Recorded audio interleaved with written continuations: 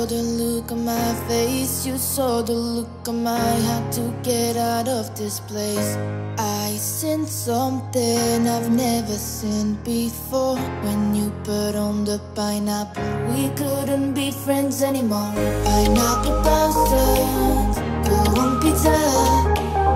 It's a fruit and you know that. Pineapple thousands, go on pizza. They just don't belong. I-try natin tong trending ngayon nga, Dubai chocolate.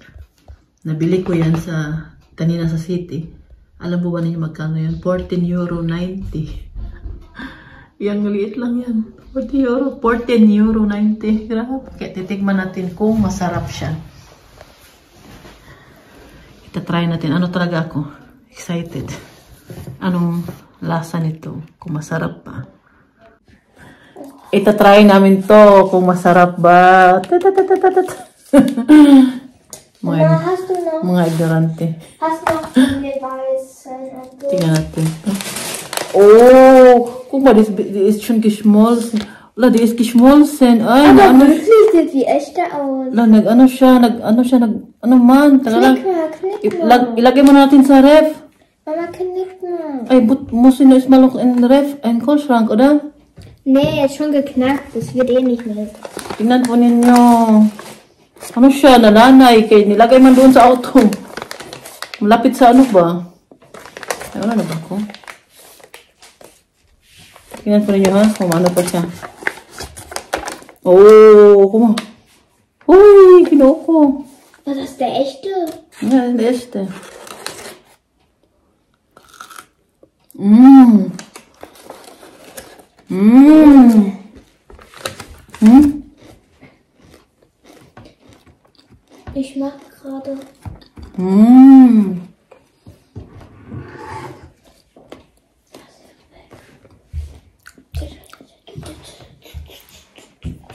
Ang sarap. Ang sarap. Ito na siya, oh. Nalanay kay, ano man, nilagay malapit sa ano ba? Masarap siya. Da. Jetzt brauchen wir noch Platz für 3. Ito pala yung nagkagaluhan ng tao sa mundo ngayon.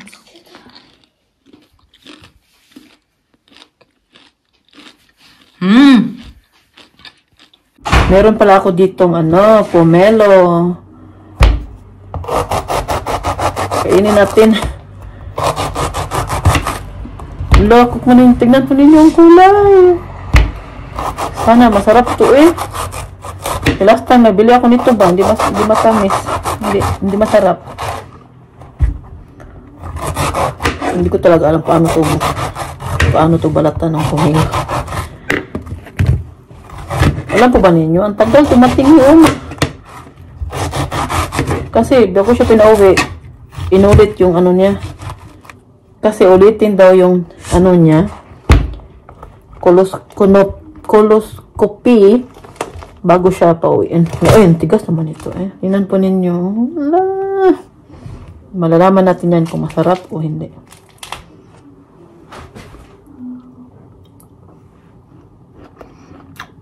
Nabili ko to siya ba nung Sabado pa. Ngayon ko palang kakainin.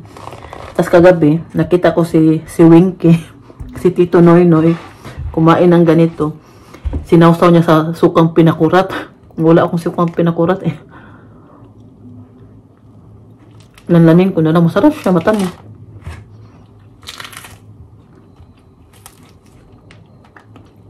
Naswertihan tayo ngayon sa ating pomelo kasi last time nabili ako nito. Nainis talaga ako eh. Parang hilaw pa ba? Parang walang lasa. Parang ano ba ito? Marami itong vitamin C itong pomelo.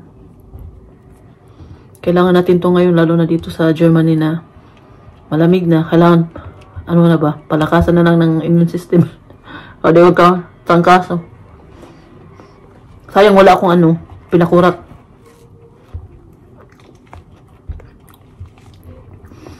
Para masarap na. Ano talaga yung mukha ni Winky? Nung kumain siya ba? Naglaway talaga. Sabi ko lang, may pomelo pa naman ako. Sana masarap yung bumilog ko. Masarap siya. Sa Lidl ko to nabili last week. Isa to sa paborito kong prutas ito. Bumibili talaga ko dito. Ano ba? Pag itong buwan na August, ay November, December. Kaya mo na ako. They just don't belong.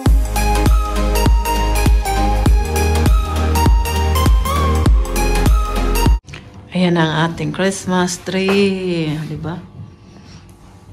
Tapos na rin siya. Pero hindi ko pa nalagyan ng hindi ko pa dinagdagan ng kulay red. Dagdagan ko pa siya konti. Kaya meron pa ako dun sa baba. Dami akong kulay red doon.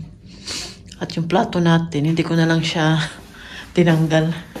Dahil may bisita kami ngayong Bernes. Ito ay nalagyan ng kutsara. Pinagawa ko to siya noong ganyan siya. Kailan ko ito pinagawa? 2 years ago din, Christmas din. Meron din nga chocolate pero hindi ko alam kung nandito pa ba yun. Ay, tinapon ko na. Napagawa din ako ng chocolate na may pangalan namin. Tinapon ko na. Hindi kasi namin kinain yun kasi maliit lang din siya. Sabi ko na wag na kainin. Yan na yung simpleng dekorasyon natin dito sa baba. Baba ng ito sa kusina ba. Ito din diba? Masikip lang siya. Pero pag Pasko na, naman yung mga lamisa. Naman dito. Para may malagyan pa ng regalo. Wala nang. Nilagay ko na pala yung puting kumot ni Fiona. Hiniram ko muna. Yan na siya. Pwede na tayo mag-celebrate ng first advent ngayong Sunday. Ay, gusto ko pakita to sa inyo. Ito siya. Ito yung mga binili ko sa Action last year. Ito siya. Sana yung iba. Ito naman yung Yan. Yung mga pinamili ko. Ito yung mga kabita dyan. Yeah? Hot Philip! Nasa bahay na kami. Galing kami sa eskwelahan ni Fiona dahil ngayon ay Christmas party nila. At nagpunta kami doon. Kasama ko si Philip. Last year naalala ko kasama ko yung kapatid kong lalaki. Tingnan po niyo yung eyebags ko po. Ang tagal ko pong natulog ngayon. Dahil kanina maaga ako nagising. Asikaso mga bata. Asikaso kay Uma. Nasa bahay na si Uma Tapos ngayon, galing pala kami sa Lidl. Wala, may bisita ako. Hi, Martin! Hi. Hi, Martin! I'm the blood one in the background. What was Titi? What was? I'm pretty Belcha gross. Always touching me. Nee. Tapos, nag-grocery kami sa Lidl dahil may bisita kasi kami bukas. At magawa kami bukas ng cakes. Mag-bakin kami ng cakes. Mag-bake kami ng cake. Cookies bukas ba kaya? Namili ako ng pagkain natin sa bisita natin bukas. Mama ni Tobias punta dito. At si Tobias din siguro. At bisitahin na rin nila si Uma. Nagbili din tayo ng sliced bread. Chat di toast fruit, di gips ni Andan. Sabi di gross, Americani sa sandwich. Tapos nagkuha din ako ng meal para pag ako na. Dito yung tinapay, mga pagkain. So, bula-bula. Gusto to na pili. Ano ba? Partner niya sa tinapay. At sausage din. Sausage din, Brave? Yeah. Bati man. Pili din ako ng salami. Nandyan na yung result ng check-up ni Uma. Titingnan namin. Yan. Nabili din ako ng lumpia. Ang sarap nito, oh. Gusto ko to. Sa Lidl ko to nabili. Binasa ni Martin yung result ng check-up ni Uma sa hospital.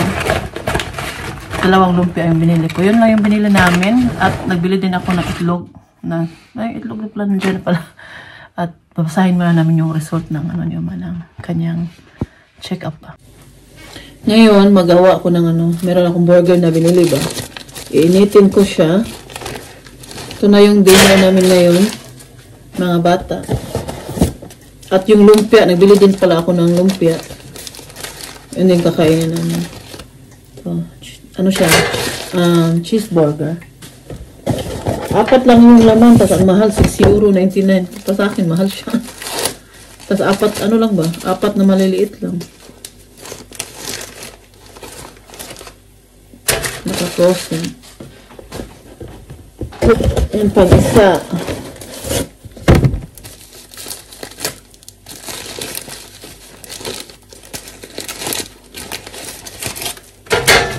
Tuwan ko kung gusto to ni Fiona. Kasi Fiona di masyadong mahilig sa sa burger ba. Mas gusto niya yung chicken nuggets. Kaya lang wala na akong chicken nuggets dito. Mga 5 minutes lang siya sa Mga 5 minutes lang. Ilagay na natin. Ayun naman ang aking lumpia.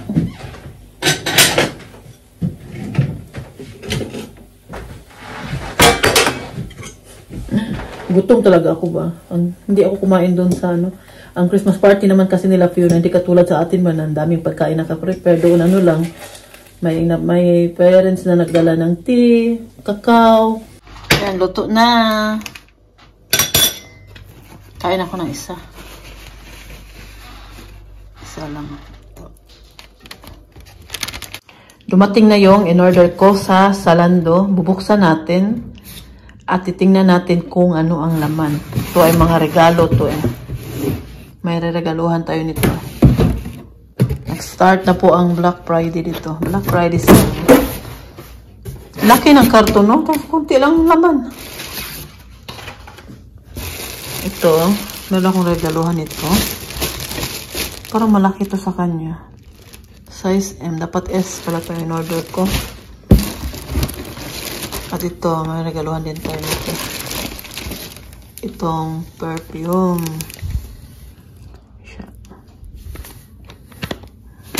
Ito naman, regalo din ko to. Sa anak ko to, kay Philip to. Para may bago siyang lalagyan ng kanyang mga ba. Kasi si Philip tuwing Merkulis at Martes, pumupunta sa gym. Nag-exercise yan doon. Kasama yung mga classmate niya. At ito, regalo ko din to siya. Ayat kasi yung regaluhan ko nito. Parang di yung kasya sa kanya ba.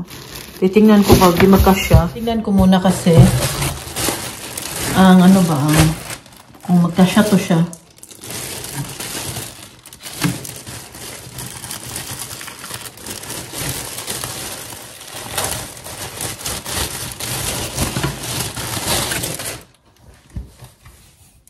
Ay, kasya lang to siya.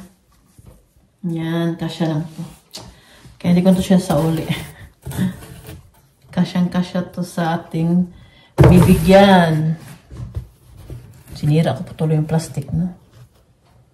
Tapos hindi ko na alam kung paano siya ilagay sa loob. Katulad nung pagkalagay ng sabi ko po sa inyo. Hindi ko na alam.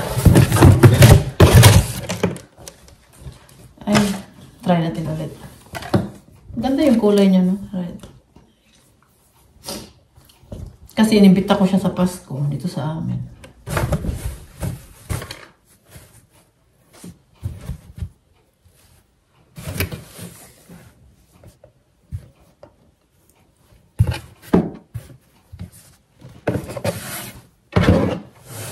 Sa ngayong Pasko ay maalala mo pa rin ako. Hinahanap-hanap ang big mo. Hindi ko na alam paano siya ilagay. Kahit wala ka na, ngarap ka, umaasa pa rin ako. Muling makita ka at makasama ka sa araw ng Pasko. Kinantahan ko pa kayo, ha? Alam mo, magaling boses, no? So, itago natin to para di makita. Kasi itong mga anak ko, pag may package dito dumating. Lalo na ngayon magpapasko. Ayan sila. Ang mga excited, oh. Itago muna natin. Itago ako doon sa kwarto ni Uma. May bagong gamot ngayon si Uma ba? Tapos ito, siya. Tingnan po ninyo, oh. Bali ako po nito sa puwit ni Uma. Yan pa naman yung ayaw ko ba, yung mga ganyan, bito, yung mga gamot, tapos ako maglagay doon sa puwet. Okay lang magpainom ng gamot, okay lang, pero yung mga tinutusok doon sa puwet, ayan talaga yung hindi ko kaya. Pero kailangan siya kasi dahil to sa infection sa tiyan ni Uma ba, kailangan to siyang ianuhin.